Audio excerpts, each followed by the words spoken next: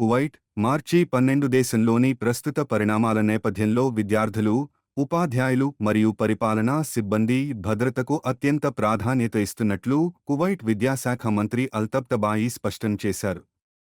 మంత్రిత్వ శాఖ యొక్క విద్య మరియు పరిపాలన, రాజకీయ నాయకత్వ ఆదేశాల మేరకు సంబంధిత అధికారులతో సమన్వయం చేసుకుంటూ తాజా పరిస్థితులను నిరంతరం పర్యవేక్షిస్తున్నట్లు మంత్రి తెలిపారు. వచ్చే వారం రంజాన్ చివరి వారం సందర్భంగా విద్యార్థులకు, ఉపాధ్యాయులకు మరియు సిబ్బందికి సెలవులు ఉన్నాయని, ఈ సెలవుల సమయంలో పరిస్థితులను క్షుణ్ణంగా అంచనా వేస్తామని ఆయన పేర్కొన్నారు.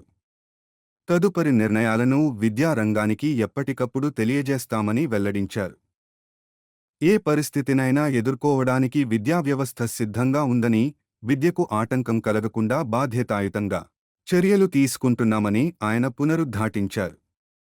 ఈ సందర్భంగా గౌరవ ప్రధానమంత్రి అందిస్తున్న మద్దతుకు మంత్రి అల్తబ్తబాయి కృతజ్ఞతలు తెలిపారు.